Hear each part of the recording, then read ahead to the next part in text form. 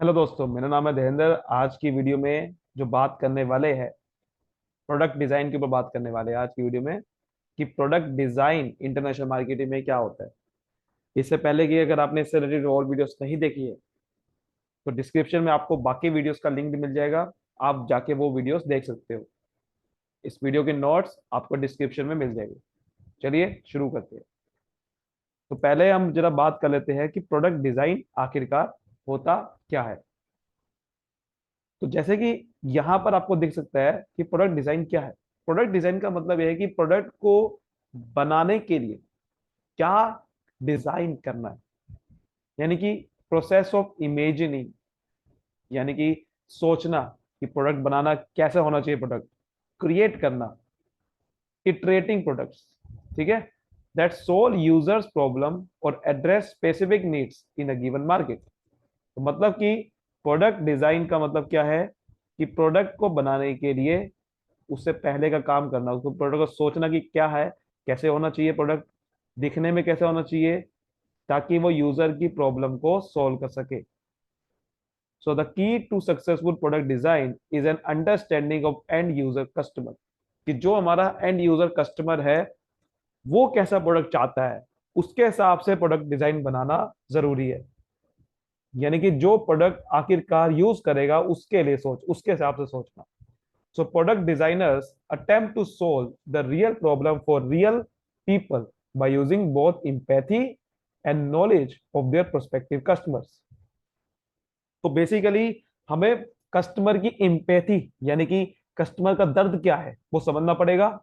Knowledge देनी पड़ेगी customer की हैबिट क्या है, कैसा वो हैबिट है उसकी, उसका बिहेवियर कैसा है, उसका फ्रस्ट्रेशन क्या होती है, उसको नीड्स क्या है, उसकी वांट्स क्या है। क्योंकि हमें प्रोडक्ट ऐसा बनाना है कि जो उसकी जो फ्रस्ट्रेशन है, उसकी जो नीड्स है, उसकी वांट्स है, उसको पूरा कर दे। फॉर एग्जाम्पल, आपको दर्द है या आपको दांत में दर्द है, तो अब आपका दिमाग, अब आपने दिमाग लगाया कि ऐसा क्या प्रोडक्ट बनाओ कि उसका दिमाग, उसका जो दांत वाला दर्द है वो ठीक हो जाए।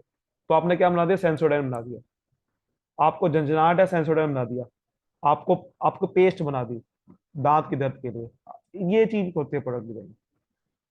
अब कंसीडरेशन, प्रोडक्ट डिजाइन बनाने के लिए क्या क्या कंसीडर करना पड़ता है, किन किन फैक्टर को कंसीडर करना पड़ता है, ये बहुत इंपॉर्टेंट है। तो सबसे पहला, जो सबसे मोस्ट इंपॉर्टेंट फैक्टर है वो है कस्टमर रिक्वायरमेंट्स। मतलब कि आपको ये देखना पड़ेगा कि कस्टमर क्या चाहता है, किस तरह की क्वालिटी चाहता है। जब वो कस्टमर खरीदेगा तो वो कैसी क्वालिटी उसकी होनी चाहिए प्रोडक्ट की, सेफ्टी क्या चाहता है, वो रिलायबिलिटी होनी चाहिए, यानी कि भरोसेमंद उसको लगे प्रोडक्ट, जब मैं खरीद रहा हूँ तो उसको अच्छा लगे। लुक भी तो बहुत जरूरी है। लाइफ टाइम, यानी कि प्रोडक्ट चाहता है कि भाई वो लाइफ टाइम मैं इसको यूज कर सकूं, खराब ना हो, क्वालिटी बढ़िया हो, ऐसे कई सारी चीजें चाहता है वो। तो वो ऑब्जेक्ट समझना, कस्टमर को, कस्टमर के पॉइंट ऑफ व्यू समझना, तब आपको समझ में आएगा कस्टमर का ऐसा प्रोडक्ट का डिजाइन इस तरीके से बना होगा कि कस्टमर को हमेशा के लिए वो पसंद आ जाए, जो कस्टमर चाहता है सब कुछ हो उसके अंदर। उसके बाद प्रोडक्शन कैपेबिलिटी। अब ये भी देखना पड़ेगा कि क्या हम उसकी प्रोडक्शन भी कर पाएंगे, नहीं कर पाएंगे। In case of tangible product, the existing production plan structure will need to be able to make the product. आपको ये देखना पड़ेगा कि एग्जिस्टिंग प्रोडक्शन प्लांट स्ट्रक्चर आपका है इतना। फॉर एग्जांपल, आपको प्रोडक्ट की डिमांड बहुत ज्यादा है, लेकिन अगर आपका प्रोडक्शन प्लान ही नहीं है कोई, आपकी इतनी कैपेसिटी नहीं है कि प्रोडक्ट बना सकोगे, तो कोई फायदा नहीं है वो डिजाइन बनाने का। अगर कोई इनटेंजिबल सर्विस है, मान लो कोई आप सर्विस देना चाहते हो, मान लो ट्यूशन की सर्विस है या कुछ ऐसी सर्विस देना चाहते हो, यानी कि आपको घर जाके आपको कोई दर्द हो रहा है तो आपको मैं फिजियोथेरेपी की आपको सर्विस दूंगा, तो योगा दूंगा, मैं आपको योगा सिखाऊंगा।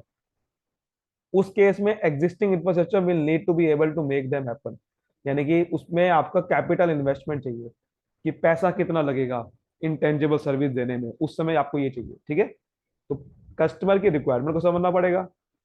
अगर ये समझ लिया तो प्रोडक्शन कैपेबिलिटी देखनी पड़ेगी, पैसा है या नहीं है इतना। उसके बाद रॉ मटेरियल देखना पड़ेगा, यानी कि अगर आप प्रोडक्ट बनाना चाहते हो तो क्या अब वो प्रोडक्ट का रॉ मटेरियल अवेलेबल है या नहीं है। So company will need to have stable reliable sources of the raw material required.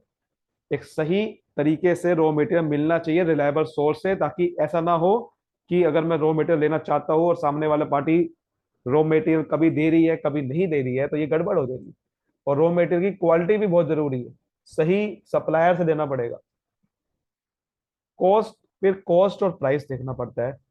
अब मैंने ये देख लिया कि अच्छा रॉ मटेरियल अवेलेबल है, कस्टमर की रिक्वायरमेंट समझ ली है। अब मुझे ये देखना पड़ेगा कि अब उसकी कॉस्ट कितनी आ जाएगी बनाने को, एक प्रोडक्ट बनाने को कितनी कॉस्ट आ सकती है। So estimated cost to produce the new product as well as expected price for which it can be sold. यानी कि अब ये देखना पड़ेगा कितनी कॉस्ट लगेगी और कितने प्राइस पे बेच सकता हूं उसको, क्योंकि पहले सोचना पड़ेगा, तब मैं ये भी देख सकता हूँ कि फिर कि मेरा प्रोडक्ट मार्केट में टिक भी पाएगा नहीं टिक पाएगा। फिर आप कंपेयर कर सकते हो कॉस्ट को कंपटीटर्स के, कि बाहर के कॉम्पिटिटर कितना सोल्ड कर रहे हैं, फिर मुझे कितना बेचना चाहिए, फिर आप वो स्ट्रेटेजी बना सकते हो। उसके बाद इफेक्ट ऑन प्रोडक्ट पोर्टफोलियो, मतलब कि अब आपको देखना पड़ेगा कि जो मेरी कोई न्यू प्रोडक्ट लाइन होती है, कई बार आपका जो पहले से आप प्रोडक्ट जो बेचते आ रहे हो, कोई उस पर इफेक्ट तो नहीं पड़ जाएगा कहीं? क्योंकि current customer choose to switch the new product living the old product on sold. अगर आप नया प्रोडक्ट निकालते हो तो कस्टमर क्या करेगा, न्यू प्रोडक्ट को चूज करेगा, तो ओल्ड प्रोडक्ट जो है वो नहीं बिक पाएगा फिर आपका। So the company needs to consider the effects of the new product on future production and future sales and adjust the mix accordingly। तो वही वो कह रहा है। सो न्यू, तो जो हमेशा ज्यादातर क्या होता है कि जब न्यू प्रोडक्ट आता है तो कस्टमर फिर अगर न्यू प्रोडक्ट लेना चाह देता है तो ओल्ड प्रोडक्ट नहीं बिकता।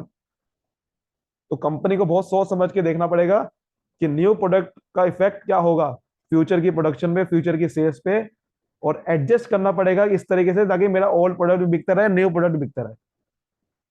कंपनी ब्रांड, ब्रांड पे क्या असर पड़ेगा?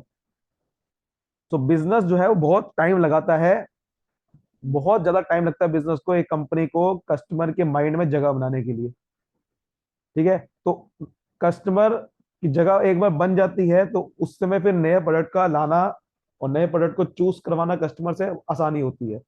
सो इसीलिए कंपनी को क्या करना है, कंपनी को ब्रांड के हिसाब से देखना है कि मेरे ब्रांड पे क्या असर पड़ेगा। Company knows for its environmental awareness. अगर एक कंपनी इन्वायरमेंटल अवेयरनेस से जाना जाती है तो कंपनी को वैसा ही प्रोडक्ट बनाना पड़ेगा कि ऐसा ना हो कि कंपनी की ब्रांड इमेज खराब हो जाए और वो ऐसा प्रोडक्ट निकाल दे कि इन्वायरमेंट को नुकसान पहुंचेगा उस प्रोडक्ट से, तो गड़बड़ हो जाएगी। तो पोल्यूशन फ्री निकालना पड़ेगा प्रोडक्ट। इसलिए कंपनी की ब्रांड इमेज को असर नहीं पड़ना चाहिए। अगर कंपनी जाना चाहती है कि अच्छे प्रोडक्ट बेचती है वो इन्वायरमेंटल अवेयरनेस से, तो उसको वैसा ही प्रोडक्ट की क्वालिटी रखनी पड़ेगी नई प्रोडक्ट में। अब समझते हैं कि इंपॉर्टेंस की बात करते हैं, जरा इंपॉर्टेंस क्या है प्रोडक्ट डिजाइन की। तो जैसे कि आप देख रहे हो कि प्रोडक्ट डिजाइन जो है, लग रहा होगा आपको कि बहुत ही कॉम्प्लिकेटेड और कॉम्प्लेक्स प्रोसीजर है, बट इसी से ही आपका डिफरेंस होता है कि आप मार्केट में सक्सेस हो पाते हैं या प्रोडक्ट की फेलियर हो पाती है।